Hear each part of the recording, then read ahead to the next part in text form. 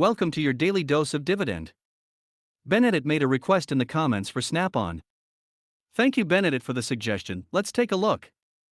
With a market cap of $11 billion, Snap-on is a S&P 500 company within the tools and accessories industry.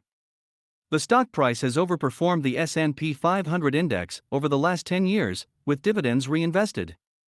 Let's briefly analyze some key fundamentals. Most data is based on a 5-year average. Sales growth, 4.4%.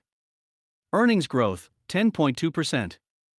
Earnings estimates, 4.3%. Return on capital, 15.7%. Debt to free cash flow, 1.40 years. Share buybacks, yes. And now for some dividend metrics. Dividend yield, 2.63%. Payout ratio, 34.23%. Growth rate, 14.96%. Growth years, 12 years. That gives Snap-on 9 out of 10 points. That's an outstanding score. You might want to take a closer look at this company for your dividend portfolio. Based on historical multiples and future estimates, Snap-on is modestly overvalued. What's your thoughts on Snap-on in a dividend portfolio?